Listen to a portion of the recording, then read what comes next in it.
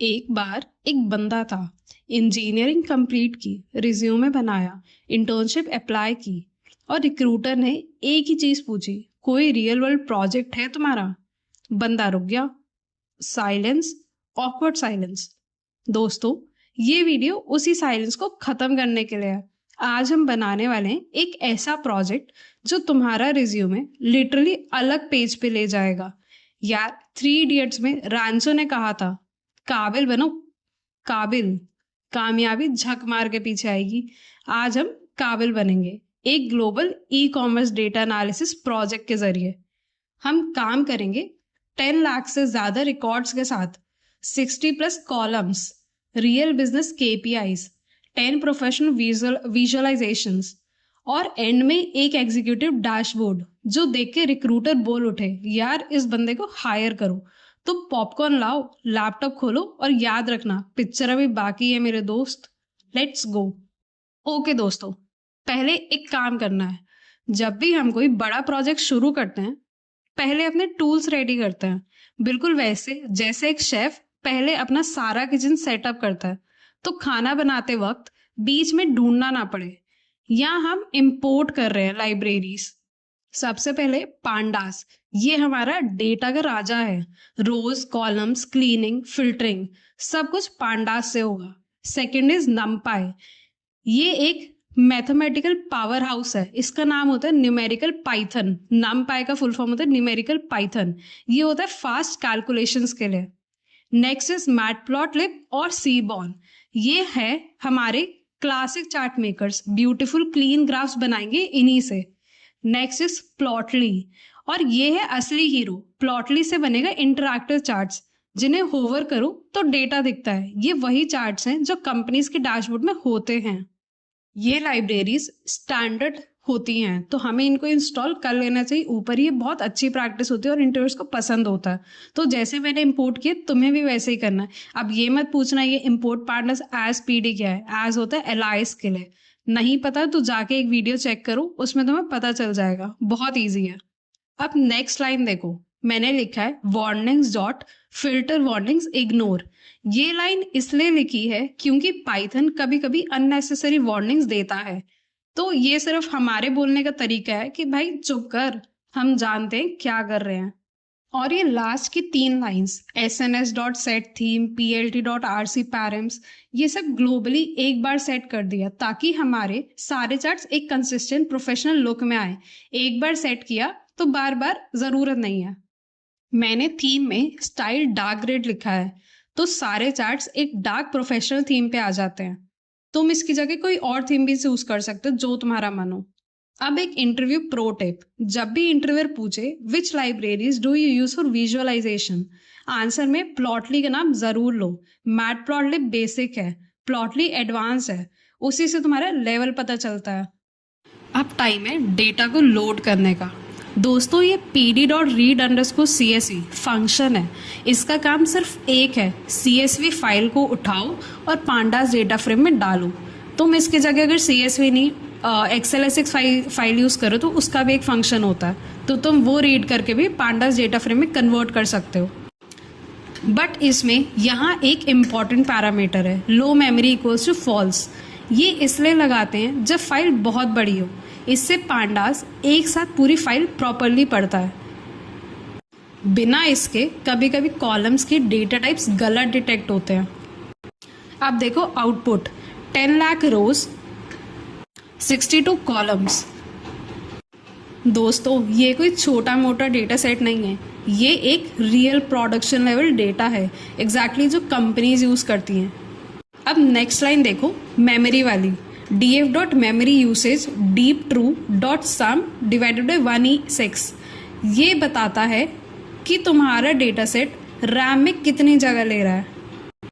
Pro tip for interviews, interviewer पूछे कि large data set कैसे हैंडल करते हो, तो ये लाइन बताओ।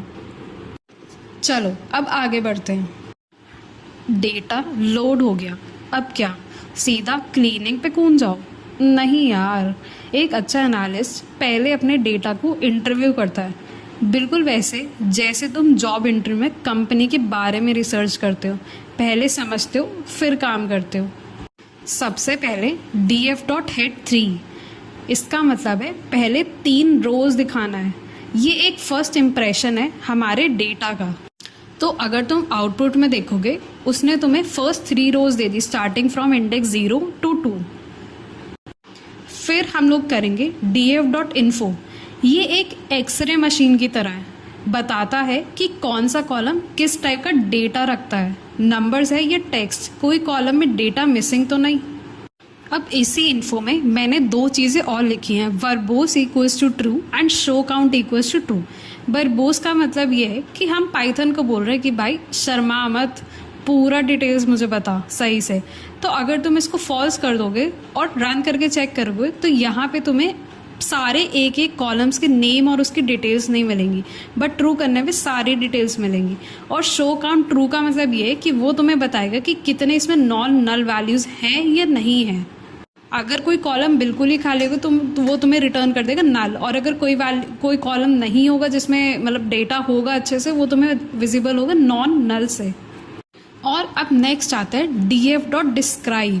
तो न्यूमेरिकल कॉलम्स के लिए ये 1 सेकेंड में स्टैटिस्टिक्स निकाल के देता है, जैसे मीन, मिन, मैक्स, स्टैंडर्ड डेविएशन, सब कुछ। एक लाइन इतना डेटा। और अब हम डिस्क्राइब में इंक्लूड ऑब्जेक्ट्स भी लिखते हैं। ये कैटेगोरिकल कॉलम्स यानी टेक्स्ट वाले कॉलम्स के लिए होता है। ये बताता है कि कितनी यूनिक वैल्यूज़ हैं, कौन सा वैल्यू सबसे ज़्यादा आया। अब इंटरव्यू प्रो टिप। इंटरव्यूअर अगर पूछे ईडीए क्या होता है तो कॉन्फिडेंटली बोलो एक्सप्लोरेटरी डेटा एनालिसिस मीन्स आप डेटा को पहले समझते हैं, इसका size, type, statistics before touching a single row. बस यही तुम्हें बोलना है। चलो अब आगे देखते हैं। सोचो कल तुम्हारे घर कोई मेहमान आने वाला है, पहले क्या करोगे? घर साफ करोगे ना। डेटा एनालिटिक्स में भी एग्जैक्टली यही होता है। डेटा साफ करना ज़रूरी है, वरना बाद में हमारे चार्ट्स और कैलकुलेशंस में गलत रिजल्ट्स आएंगे। तो पहले हम मिसिंग वैल्यूज़ का रिपोर्ट बनाते हैं। उसके लिए हम लिखेंगे df.isNull.sum। ये बताता है हर कॉलम में कितनी वैल्यूज़ मिसिंग है। फिर परसेंटेज कैलकुलेट करते हैं, क्योंकि एब्सोल्यूट नंबर से ज़्यादा परसेंटेज ज़्यादा मीनिंगफुल होता है। तो अब अगर तुम आउटपुट में देखो तो मेरे पास 3 कॉलम्स मुझे यहाँ पे दिख रहे हैं जिनमें हमारे पास मिसिंग डेटा है बहुत सारा, और उसकी परसेंटेज भी यहाँ पे विजिबल है। तो 3 कॉलम जो है, जैसे कि पहला रिटर्न रीज़न है, उसमें 90% मिसिंग डेटा है। तो एक बार अगर हम एक्सेल में भी चेक करें जाके अपनी फाइल में, तो अगर तुम इस कॉलम को देखो रिटर्न रीज़न वाले को, तो हाँ यहाँ पे काफ़ी सारे जो रोज़ है वो ब्लैंक है, उसमें डेटा नहीं है। ऐसे ही दूसरा कॉलम है कूपन कोड, उसमें 50% डेटा मिसिंग है। और थर्ड है कस्टमर फीडबैक, वहाँ पे 19% डेटा मिसिंग है। अब इस केस में क्या करें? तो ध्यान से सुनो।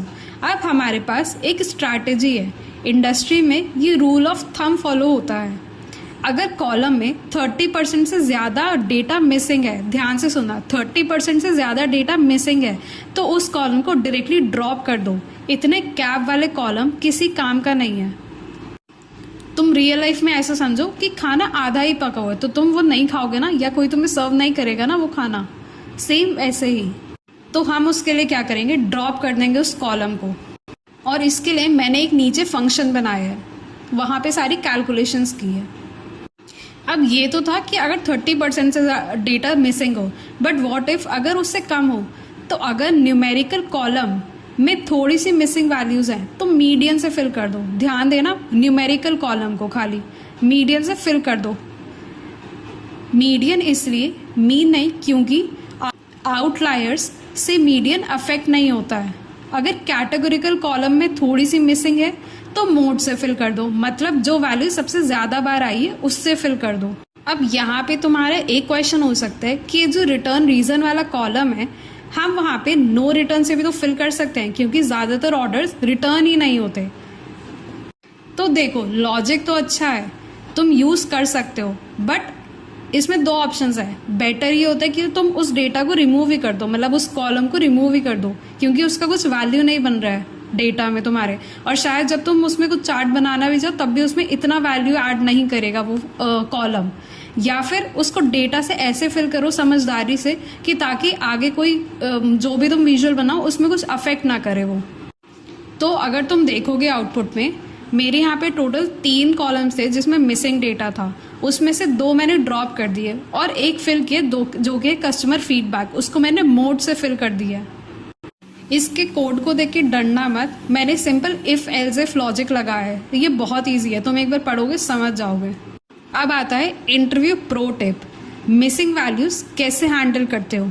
अगर इंटरव्यू तुमसे ये क्वेश्चन पूछे तो तुम्हें आंसर क्या करना है, depends on the percentage and column type. अगर हाई मिसिंग है तो ड्रॉप कर दो, न्यूमेरिकल है तो मीडियन, और कैटेगोरिकल है तो mode, domain specific, custom labels भी कर सकते हो तुम। इस आंसर को सुन के रिक्रूटर तो इम्प्रेस हो जाएगा। चलो अब देखते हैं नेक्स्ट चीज़। तो सोचो एक सिनेरियो, कंपनी का फाइनेंस टीम बोलता है इस क्वार्टर हमने 10 करोड़ का रेवेन्यू किया, लेकिन एक्चुअली 5 करोड़ ही किया था। तो डुप्लीकेट रोज की वजह से नंबर्स डबल लग रहे हैं, तो ये तो सीरियस मिस्टेक है ना। तो इसको करने के लिए हम डुप्लीकेट रोज रिमूव करना ज़रूरी है। तो हम अब लिखेंगे df.drop duplicates। इससे क्या होगा, पूरी रोज जो आइडेंटिकल है उनमें से एक रखेंगे और बाकी हटा देंगे। अब एक और check, df.drop duplicates subset order ID की फर्स्ट। अब इसका मतलब समझो, क्योंकि एक ऑर्डर का एक ही रिकॉर्ड होना चाहिए, ऑर्डर आईडी यूनिक आइडेंटिफायर है, वो ट्वाइस अपीयर नहीं होना चाहिए, इसलिए मैंने उसको सबसेट में डाला है। अब की फर्स्ट का मतलब पहला रिकॉर्ड रखो, डुप्लीकेट वाला हटाओ, और last is in place true. ये बहुत इंपॉर्टेंट है क्योंकि बहुत जगह यूज़ होता है, तो इसका मतलब ध्यान से समझो। इसका मतलब है चेंजेस ओरिजिनल डेटा फ्रेम में ही सेव करो। अगर ये नहीं लिखा तो चेंजेस एक कॉपी में होते हैं और ओरिजिनल डेटा वहीं रहता है। ये इन प्लेस वाला जो क्वेश्चन है ये तुमसे इंटरव्यू में पूछ सकता है, तो ध्यान से उसको वापस से सुन के याद रखो उसका मतलब क्या है। आउटपुट में देखो, बिफोर और आफ्टर में रो काउंट दिखेगा, कितने डुप्लीकेट्स थे और कितने हटा दिए हैं। चलो अब देखते हैं नेक्स्ट टेक्निक। तो एक डेटा सेट में ज़्यादातर ऑर्डर्स की वैल्यू 100 के आसपास है, मतलब तुम्हारा एक आइटम 100 रुपीज़ का है, बट अचानक से एक ऑर्डर आया 10 लाख का। अब अगर हम एवरेज निकालें तो एवरेज अकेला इस ऑर्डर की वजह से एकदम ऊपर चली जाएगी, एवरेज मीनिंगलेस हो जाएगा। इसको बोलते हैं आउटलायर्स। जब भी कोई वैल्यू तुम्हारे डेटा सेट में से बिल्कुल अलग जाए उसको बोलते हैं आउटलायर्स, और इन्हें हैंडल करने का एक प्रोफेशनल एनालिस्ट का काम होता है। और इसके लिए हम यूज़ करते हैं IQR method, that is inter quartile range. ये एक इंडस्ट्री स्टैंडर्ड टेक्निक है। कैलकुलेशन सिंपल है, Q1 मतलब 25th परसेंटाइल, Q3 मतलब 75th परसेंटाइल। Q1 होता है डेटा का बॉटम क्वार्टर, Q3 होता है डेटा का टॉप क्वार्टर, और IQR होता है Q3 माइनस Q1, मतलब मिडल 50% के स्प्रेड। तो अगर मैं बोलूँ लोअर फेंस क्या हुआ, तो lower fence equals to Q1 minus 1.5 into IQR, और अपर फेंस क्या होता है, upper fence is Q3 plus 1.5 into IQR।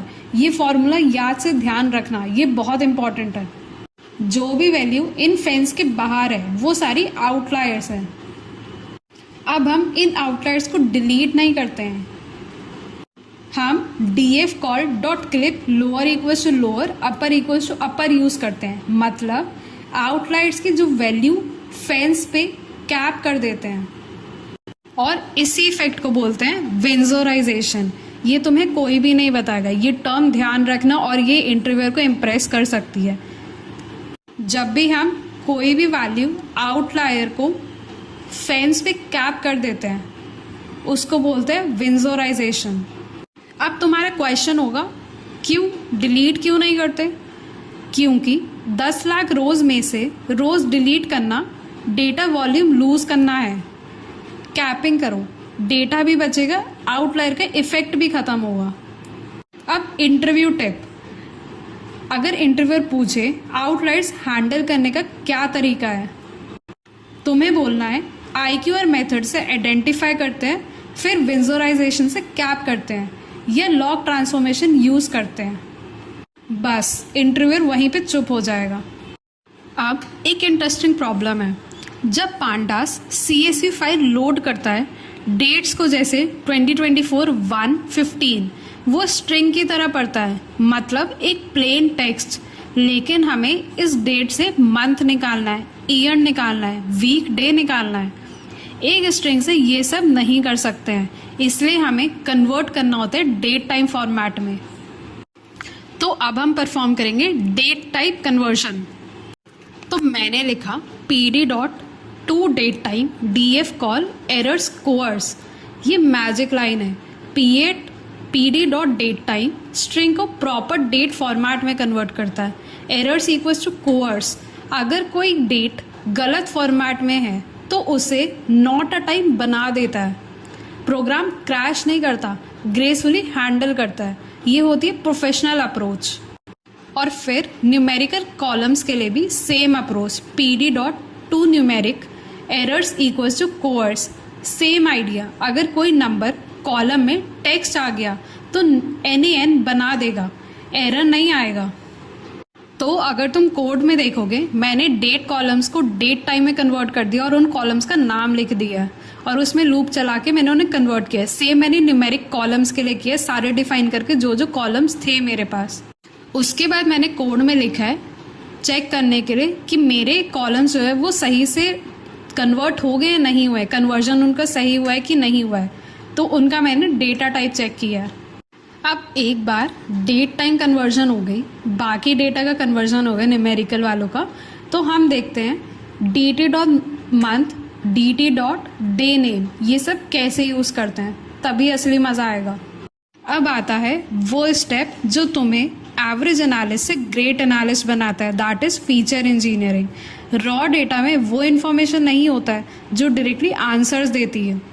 हमें नए कॉलम्स बनाना पड़ता है, डिराइव्ड कॉलम्स जो हिडन पैटर्न्स रिवील करते हैं।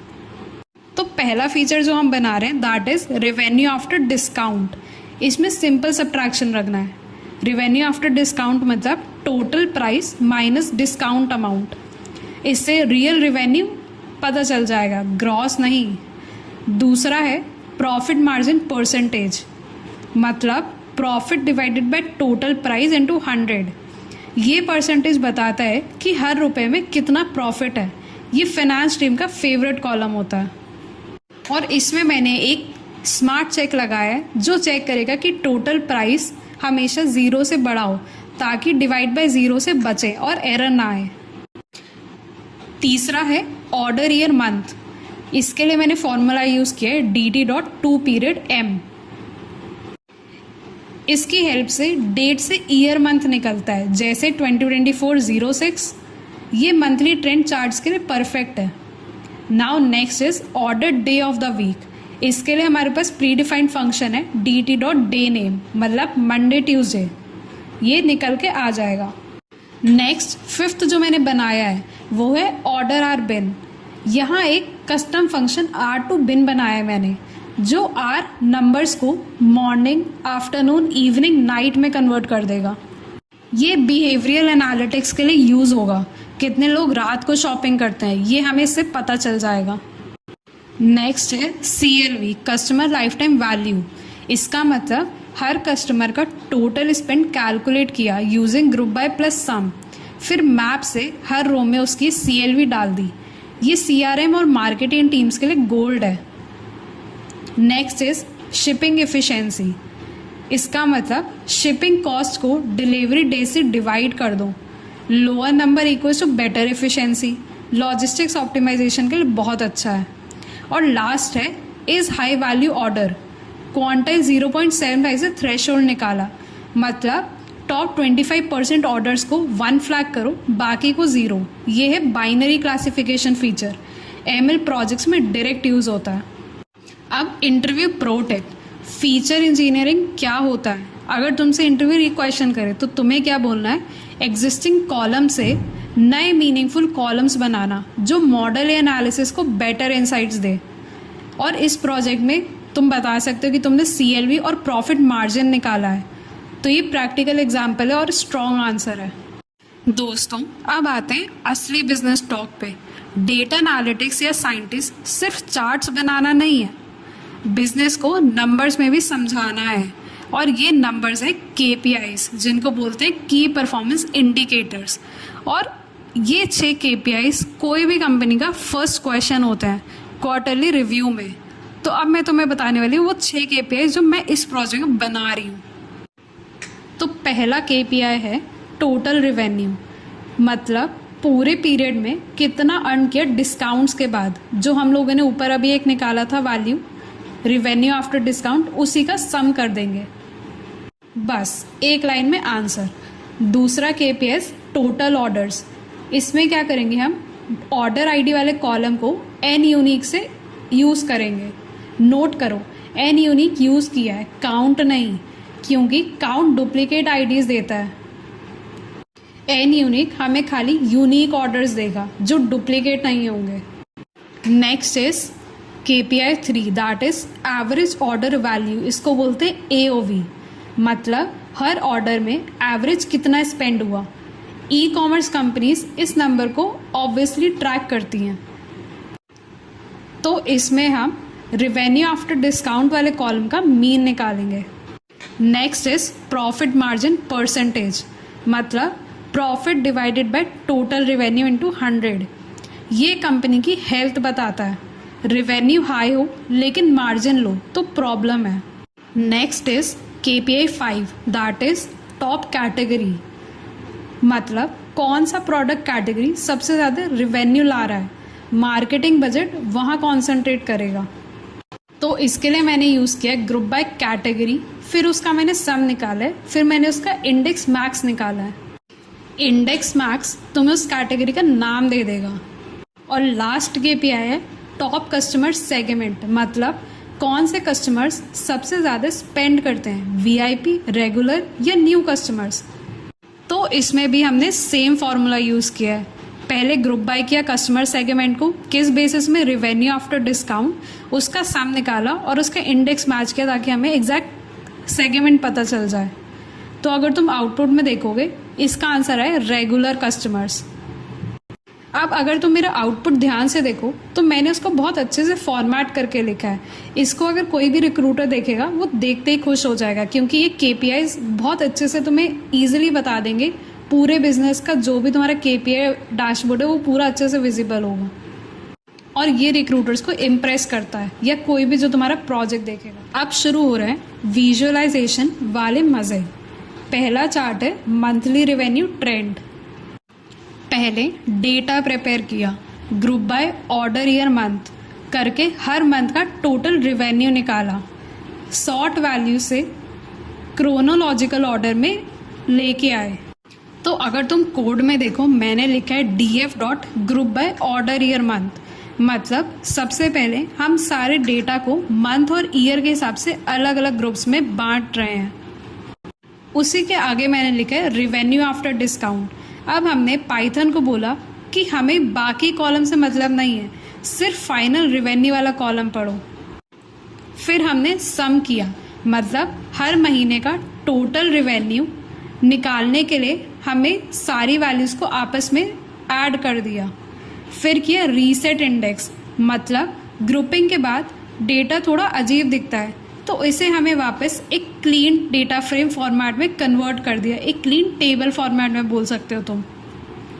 उसके बाद किया rename column equals to revenue after discount revenue, outliers column का नाम अफेक्ट नहीं होता, तो हमने उसे छोटा कैटेगोरिकल कॉलम में थोड़ी सी रिवेन्यू लिख दिया, तो मोड से फिल कर दो, मतलब जो वैल्यू सबसे ज्यादा बार आई है उससे फिल कर दो। मतलब यहाँ पे तुम्हारे इक्वेशन हो सकते हैं, लाइन से रिटर्न रीजन वाला कॉलम, मतलब जनवरी फरवरी नो रिटर्न से भी फिल कर सकते हैं ऑर्डर में। ज्यादातर ऑर्डर्स रिटर्न ही नहीं बनाएंगे इसका यूज करके चार्ट। तो देखो लॉजिक तो अच्छा, मैंने एक वेरिएबल बनाया, यूज कर सकते हो। वहाँ पे लिखा PX, इसमें दो ऑप्शन, मतलब बेटर ये होता है कि तुम उस डेटा को इसका यूज कर, मतलब उस लाइन को रिमूव क्रिएट कर रहे हैं, क्योंकि उसको हमारी सेल्स की प्रोग्रेस डेटा में तुम्हारे। फिर मैंने जब तुम उसमें चार्ट बनाना भी जो कभी उसमें इतना वैल्यू ऐड नहीं करेगा वो कॉलम, हाँ, या फिर मंथली डेटा से ऐसे सेल करो समझदारी से, और वाई एक्सिस पर रेवेन्यू को प्लॉट कर जो भी तुम विजुअल बनाओ फिर मैंने लिखा title equals to monthly revenue. तो अगर तुम देखोगे आउटपुट मतलब में चार्ट को एक मेरे बड़े यहाँ से पे टोटल टाइटल 3 कॉलम्स थे जिसमें मिसिंग डेटा था, उसमें से 2 मैंने ड्रॉप कर दिए और एक ऑर्डर ईयर मंथ जो कि कस्टमर रिवेन्यू उसको मैंने मोड से फिल कर दिया। मतलब एक्सेस के लेबल्स को कोड थोड़ा को देख के और डरना प्रोफेशनल मत, बना मैंने सिंपल उतना बड़ा नाम अच्छा नहीं लगता है, इसलिए मैंने बहुत ईजी है, तुम एक बार पढ़ोगे अच्छा समझ जाओगे। नेक्स्ट आता है markers equals to true, missing values colour कैसे हैंडल करते हो। को एक हेक्स अगर इंटरव्यू तुमसे ये क्वेश्चन पूछे तो मार्कर्स तुम्हें इक्वल्स टू आंसर ट्रू क्या का करना मतलब है। लाइन पे मेरे markers depends on the percentage circle and circle column छोटे टाइप। दिख रहा है ना, लाइन अगर पर हाई मिसिंग है होते तो हैं। ड्रॉप कर दो, न्यूमेरिकल है तो कलर भी दे मीडियम दिया, और कौन सा। कैटेगोरिकल है तो हेक्स कोड दे रहा है, domain colour specific sign custom labels भी कर सकते हो तुम। अब बारी है इस आंसर को उसको सजाने सजाने की, की, मतलब मतलब उसका उसका लेआउट अपडेट करने की। तो हम लोगों ने उसको एक बैकग्राउंड कलर दे दिया है, पेपर का बैकग्राउंड कलर दे दिया, हम लोगों ने डार्क थीम यूज़ किया तो उसी के अकॉर्डिंग कलर्स आएंगे। फॉन्ट कलर दे दिए और फॉन्ट साइज भी तुम अपने अकॉर्डिंग रख सकते हो जो तुम्हें यूज़ करना है।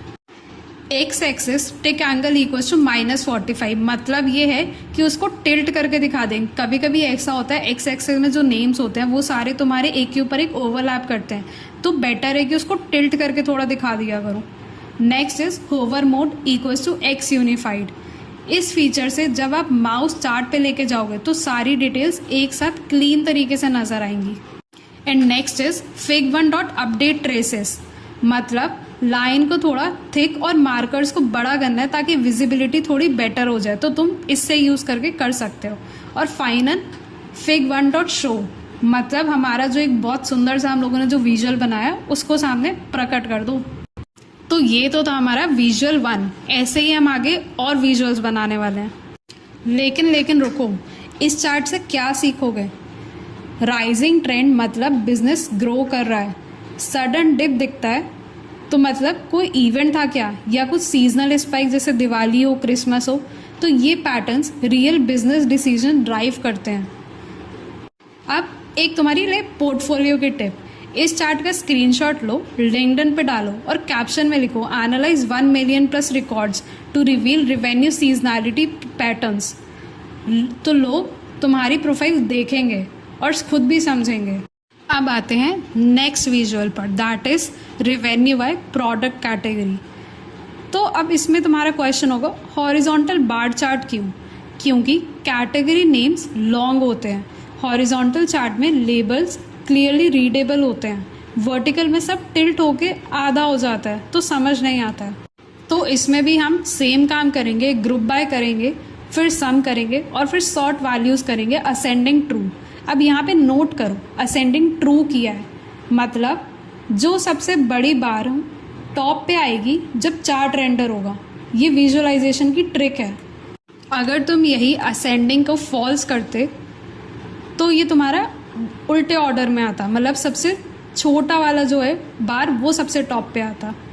अब आगे हम लोगों ने सेम वैसे ही एक बार चार्ट बनाए प्लॉटली का यूज़ करके। उसके अंदर अब ध्यान देना colour equals to revenue after discount with colour continuous scale blue. इसका मतलब longer bar dark blue, smaller bar light blue. Colour intensity भी डेटा को रिप्रेजेंट कर रहा है, तो इसमें कलर्स ऑटोमेटिकली तुम्हारे ग्रेडियंट टाइप के बन के वो तुम्हें विजिबल होता जाएगा। इसी में text underscore auto equals to 0.3s, मतलब नंबर्स को ऑटोमेटिकली फॉर्मेट करना है। जैसे 1.23 मिलियन शॉर्ट फॉर्म में दिखता है, बार्स पे नंबर्स दिखाने से चार्ट सेल्फ एक्सप्लेनेटरी हो जाता है। तो तुम अगर बार चार्ट के आउटपुट में चेक करोगे तो वहाँ तुम्हें दिख जाएगा इलेक्ट्रॉनिक्स में 112 मिलियन है, ऐसे ही होम में 79.1 मिलियन। ये कैसे बना? ये तुम्हारा टेक्स्ट ऑटो से बना 0.3s लिख के। तो इस चार्ट से क्या डिसीजन निकलता है? इसका मतलब ये है टॉप कैटेगरी में ज़्यादा इन्वेंट्री रखो, ज़्यादा मार्केटिंग बजट लाओगे। ये इनसाइट डायरेक्टली रुपीज़ से जुड़ा है, तो ये बहुत इंपॉर्टेंट विजुअल है क्योंकि इससे तुम्हारा रेवेन्यू अफेक्ट हो सकता है। नेक्स्ट चार्ट है टॉप 10 कंट्रीज बाय रेवेन्यू। ये चार्ट है जोग्राफिक परफॉर्मेंस एनालिसिस के लिए, सीधा बताता है दुनिया के कौन से टॉप 10 कंट्रीज़ हैं जहाँ हमारा बिजनेस सबसे ज़्यादा अच्छा चल रहा है। तो इसके लिए टॉप 10 निकालने के लिए हम लोगों ने हेड 10 किया है यूज़। 10 ही क्यों? क्योंकि एक चार्ट में ज़्यादा बार्स होते हैं तो चार्ट क्लटर्ड और अनरीडेबल हो जाता है, इसलिए हमेशा ऑलवेज 10 यूज़ करो। और यहीं अगर इंटरव्यूअर तुमसे पूछ दे कि बॉटम 10 निकालना तो तुम क्या करोगे, तो तुम्हारा आंसर होना चाहिए कि टेल यूज़ करेंगे, टेल 10। अब इसमें भी मुझे कलर ग्रेडियंट दिखाना था, तो मैंने कलर कंटिन्यूस स्केल का यूज़ किया और उसको वैल्यू दी टील, मतलब हर बार का कलर उसके अकॉर्डिंग वैल्यू की तरह हो जाए। मतलब ज़्यादा रेवेन्यू तो ज़्यादा डार्क कलर, कम रेवेन्यू तो कम डार्क कलर होगा। और इसमें भी एक्स एक्सिस टिक एंगल लगा दिए -30, ताकि कंट्री नेम्स थोड़ा टिल्ट होके आ जाए, ताकि ओवरलैप ना हो।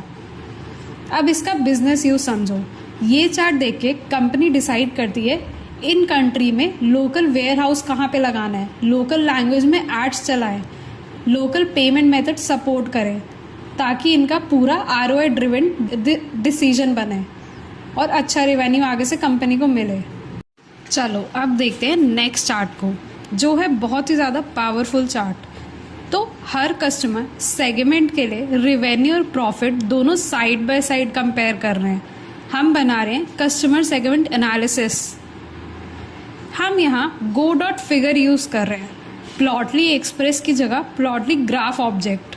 ये ज़्यादा कस्टमाइजेबल है, अलग अलग ट्रेसेस मैनुअली ऐड कर सकते हो। तो यहाँ पे हमने 2 ट्रेस बनाए, एक रेवेन्यू के लिए और एक प्रॉफिट के लिए, ताकि बार्स साइड बाय साइड दिखा सके। फिर अगर तुम देखो कोड में मैंने यूज़ किया है बार मोड इक्वल्स टू ग्रुप, तो इसका मतलब है बार्स को साइड बाय साइड रखना है ग्रुप्ड फॉर्मेट में। एक सेगमेंट का रेवेन्यू हाई हो लेकिन प्रॉफिट लो हो, वार्निंग साइन, मतलब इस सेगमेंट को बहुत ज़्यादा डिस्काउंट दिए जा रहे हैं, नेट में फ़ायदा नहीं हो रहा है। अब यहाँ पे इंटरव्यू क्वेश्चन सुनो।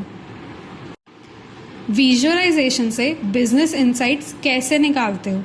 तो इस चार्ट को पॉइंट करो, रिवेन्यू वर्सेस प्रॉफिट कंपैरिजन से मार्जिन हेल्थ डायरेक्टली विजिबल होती है पर सेगमेंट। वीआईपी कस्टमर्स अगर लो मार्जिन जनरेट करें तो डिस्काउंट स्ट्रेटेजी रीविजिट करनी चाहिए। ये business thinking plus data skills equals to job offer. Next chart है पेमेंट मेथड डिस्ट्रीब्यूशन। इसके लिए हम बनाएंगे डोनट चार्ट। ये part of a whole story के लिए परफेक्ट होता है। कौन सा पेमेंट मेथड कितना पॉपुलर है 1 सेकंड में पता चल जाता है। तो मैंने यहाँ पे यूज़ किया है होल इक्वल्स टू 0.45। ये पैरामीटर डोनट का होल बनाता है। 0 होगा तो फुल पाई चार्ट, 0.45 मतलब 45% सेंटर हॉलो, मतलब डोनट इफेक्ट। उसके बाद अगर तुम देखो मैंने लिखा है text position equals to outside, मतलब लेबल्स डोनट के बाहर दिखाए, चार्ट के अंदर भीड़ नहीं होगी। नेक्स्ट उसके बाद लिखा है मैंने px.colors.sequential.blues_r। ये एक प्री डिफाइंड कलर स्केल है, ब्लूज में डिसेंडिंग, _r मतलब रिवर्स्ड, पहले डार्क फिर लाइट। अब इसका बिजनेस यूज समझो। अगर यूपीआई सबसे पॉपुलर है तो यूपीआई गेटवे को प्रीमियम अप टाइम दो। अगर क्रेडिट कार्ड पे फीस हाई है तो यूपीआई पे एक्सक्लूसिव डिस्काउंट दो, कन्वर्जन बढ़ाओ। ये सिंपल चार्ट है बट बहुत बड़े डिसीजन है। नेक्स्ट विजुअल है ऑर्डर स्टेटस ब्रेकडाउन। ये चार्ट एक ऑपरेशन टीम का डेली डैशबोर्ड है। हर ऑर्डर का status completed, cancel, return, pending, shipped कितने हैं। यहाँ कलर्स मैनुअली असाइन किया है एक डिक्शनरी से। चेक करो colours dictionary. Green for completed psychologically positive दिखाता है, इसलिए वो कंप्लीट के लिए। रेड फॉर कैंसल्ड मतलब अलर्ट दिखाता है। तो ये होती है थोड़ी स्मार्ट यूएक्स थिंकिंग जो तुम भी यूज़ कर सकते हो अपने प्रोजेक्ट्स में। फिर मैंने यूज़ किया colour discrete map equals two colours, मतलब उस डिक्शनरी जो मैंने ऊपर बनाई है कलर्स वाली उसको यहाँ पे असाइन कर दिया है ताकि एग्जैक्ट कलर्स मैप हो जाएं। अगर हम ये नहीं करते तो प्लॉटली रैंडम कलर असाइन करता और कैंसल्ड ग्रीन भी हो सकता था, जो कि कंफ्यूजिंग हो जाता है कभी कभी। अब इसका बिजनेस केस स्टडी सुनो। अगर कैंसल्ड या रिटर्न परसेंटेज हाई है तो इन्वेस्टिगेशन स्टार्ट करो। कौन से कैटेगरी में रिटर्न ज़्यादा है, कौन सा रीजन में कैंसलेशन ज़्यादा है, ये नेक्स्ट लेवल एनालिसिस है। तो गाइस ये वाला मेरा फेवरेट चार्ट है पूरे प्रोजेक्ट में। ये एक हीट मैप है, रोज में डेज ऑफ वीक, कॉलम्स में आवर ऑफ डे, और हर सेल का कलर बताता है उस टाइम पे कितने ऑर्डर्स आए। मैंने यहाँ पे यूज़ किया है group by, order day of the week, order hour, 2 column से ग्रुप बाय, फिर पिवट यूज़ किया है, लॉन्ग फॉर्मेट से वाइड फॉर्मेट में कन्वर्ट किया है। हीट मैप के लिए परफेक्ट स्ट्रक्चर होता है। फिर मैंने एक फंक्शन यूज़ किया री इंडेक्स डे ऑर्डर, डेज को मंथ से संडे ऑर्डर में लगाया।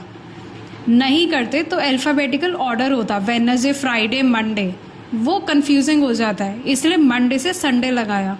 फिर मैंने यहाँ पे एक यूज़ किया है सी मैप इक्वल्स टू, एक वैल्यू दी है, मतलब येलो से ऑरेंज से red scale, Y for yellow, O for orange, red R for red, light yellow equals to कम order, dark red equals to peak time. फिर मैंने यहाँ पे एक पैरामीटर यूज़ किया लाइन विड्थ इक्वल्स टू 0.3, मतलब सेल्स के बीच में थिन लाइंस, ग्रिड लाइंस, ताकि सेल अलग अलग दिखें। अब मार्केटिंग गोल सुनो। इस चार्ट से पता चला सैटरडे रात 8:10 पे सबसे ज़्यादा ऑर्डर्स, तो फ्लैश सेल नोटिफिकेशन सैटरडे 7:55 पे भेजो, मैक्सिमम ओपन रेट मिलेगा। ये डेटा ड्रिवन मार्केटिंग है और ऐसे इनसाइट्स तुम्हें अपने कंपनी में बताने होते क्लाइंट्स को या तुम्हारे सीईओ को। अब आते हैं नेक्स्ट विजुअल पर, जो कि मैंने बनाया box plot for profit margin distribution. तो बॉक्स प्लॉट एक अंडररेटेड चार्ट है, लेकिन फाइनेंस टीम्स की डार्लिंग है। बार चार्ट सिर्फ एवरेज दिखाता है, बॉक्स प्लॉट दिखाता है मिनिमम, Q1, मीडियन और Q3, मैक्सिमम और आउटलायर्स। एक चार्ट में सारी स्टोरी बताता है। तो मैंने यहाँ पे यूज़ किया ऑर्डर अंडरस्कोर कैट्स, कैटेगरीज को मीडियन मार्जिन के ऑर्डर में सॉर्ट किया है। हाईएस्ट मार्जिन वाली कैटेगरी पहले, सॉर्टेड चार्ट्स ज़्यादा रीडेबल होते हैं। फिर मैंने बॉक्स प्लॉट के अंदर flier size equals to 2 दिया है, मतलब आउटलायर्स के डॉट्स छोटे रखे हैं ताकि मैं डिस्ट्रीब्यूशन का फोकस ना बांटूं। फिर मैंने यूज़ किया है AX.AXH लाइन, ये ओवरऑल मीडियम की रेड डैश लाइन खींचता है। कोई कैटेगरी इस लाइन के नीचे है तो उसका मार्जिन एवरेज से ख़राब है, मतलब रेड फ्लैग। अब question, box plot versus bar chart कब यूज़ करते हो? तुम्हें आंसर बताना है। Bar chart for point estimates like mean, total, box plot for distribution when spread, variance and outliers matters like financial margin और delivery times। ये answer याद रखना, बहुत काम आएगा। अब देखते हैं next chart, that is tree map. तो ट्री मैप में मैंने दिखाया है टॉप 10 ब्रांड्स बाय रेवेन्यू। तो टॉप 10 का मतलब यहाँ पे क्या हुआ कि हम यहाँ पे भी हेड यूज़ करने वाले हैं। तो ये एक ऐसा चार्ट है जो साइमल्टेनियसली रैंकिंग भी दिखाता है और प्रपोर्शन भी। जिस ब्रांड का रेक्टेंगल बढ़ा उसकी रेवेन्यू भी बढ़ी। तो मैंने यहाँ पे यूज़ किया px.treemap, प्लॉटली में एक लाइन से बना दिया। फिर मैंने लिखा है पाथ इक्वल्स टू ब्रांड, मतलब हायरार्की डिफाइन की है, यहाँ सिर्फ ब्रांड लेवल है। फिर मैंने लिखे values equals to revenue after discount, मतलब रेक्टेंगल का साइज इस वैल्यू से डिसाइड होगा। और फिर मैंने लिखा है colour continuous scale equals to blues, मतलब डार्क ब्लू इक्वल्स टू ज़्यादा रेवेन्यू, डबल एनकोडिंग, ये वापस से ग्रेडियंट कलर देने के लिए है। फिर मैंने लिखा है text info equals to label plus value, मतलब हर रेक्टेंगल पे ब्रांड नेम और रेवेन्यू दोनों दिखेगा, जिससे वो ज़्यादा क्लीन लगेगा तुम्हारे ट्री मैप और easy to understand and read होगा। अब यूज़ के सुनो, ब्रांड मैनेजर को क्वार्टरली रिव्यू में ये चार्ट दिखाओ, वो इमिडिएटली समझेगा कि कौन सा ब्रांड इन्वेस्ट डिजर्व करता है और कौन सा फेज आउट करना चाहिए। डेटा ने डिसीजन ले लिया, आर्ग्यूमेंट की ज़रूरत ही नहीं है। नेक्स्ट विजुअल है customer loyalty versus CLV scatter, और ये है हमारा लास्ट चार्ट। ये एक हाइपोथेसिस टेस्ट कर रहा है, क्या जो कस्टमर ज़्यादा लॉयल है वो ज़्यादा स्पेंड करते हैं। तो यहाँ पे मैंने लिखा है df.sample n equals to 5000, random state equals to 42, मतलब 10 लाख पॉइंटर्स स्कैटर प्लॉट में डालो। चार्ट अनरीडेबल और स्लो हो जाता है, इसलिए सिर्फ 5000 रोज का सैंपल लिया है मैंने यहाँ पे, वो भी रैंडम। तो इसलिए मैंने लिखा रैंडम स्टेट इक्वल्स टू 42, मतलब रिप्रोड्यूसिबिलिटी के लिए बार बार सेम सैंपल मिलेगा। फिर मैंने लिखा है colour equals to customer segment, मतलब हर सेगमेंट का अलग कलर, ग्रुप्स क्लियरली डिस्टिंग्विश होते हैं। फिर ओपेसिटी इक्वल्स टू 0.6 का मतलब ये पॉइंट्स को थोड़ा ट्रांसपेरेंट करो, ओवरलैपिंग पॉइंट्स दिख सकते हैं, वरना फिर अगर उसके कोई पीछे छुपा हो दिखेगा नहीं। अब लास्ट ये जो मैं बता रही हूँ बहुत इंपॉर्टेंट है, जिसका मतलब है trend line equals to OLS। OLS is ordinary least squares. ये एक रिग्रेशन लाइन ड्रॉ करता है। अगर लाइन अपवर्ड स्लोपिंग है मतलब पॉजिटिव कोरिलेशन कंफर्म्ड, इसका मतलब लॉयल्टी प्रोग्राम में इन्वेस्ट करना स्मार्ट है। तो गाइज अब आते हैं लास्ट चीज़ पे, जो कि है जिसके लिए पूरी वीडियो बनी, दैट इज एग्जीक्यूटिव डैशबोर्ड। एक सिंगल व्यू में 4 चार्ट्स एक साथ, एग्जैक्टली वो जो कंपनीज के बोर्ड रूम स्क्रीन पे होता है। हम यूज़ कर रहे हैं मेक अंडरस्कोर सब प्लॉट्स। ये एक 2x2 ग्रिड बनाता है, मतलब rows equals to 2, columns equals to 2 मैंने लिखा है, तुम उसको चेंज कर सकते हो।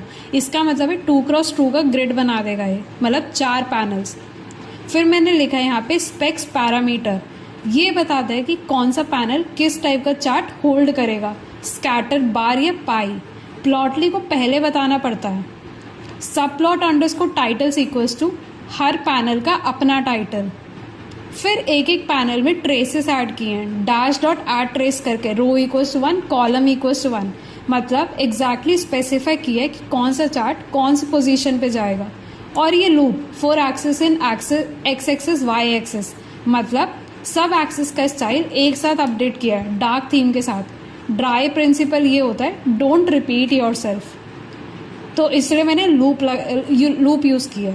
ये डैशबोर्ड का स्क्रीनशॉट लो, ये गिटहब पे डालो, लिंक्डइन पे डालो, रिज्यूमे में लिंक डालो और देखो रिक्रूटर का मैसेज आता है या नहीं आता है।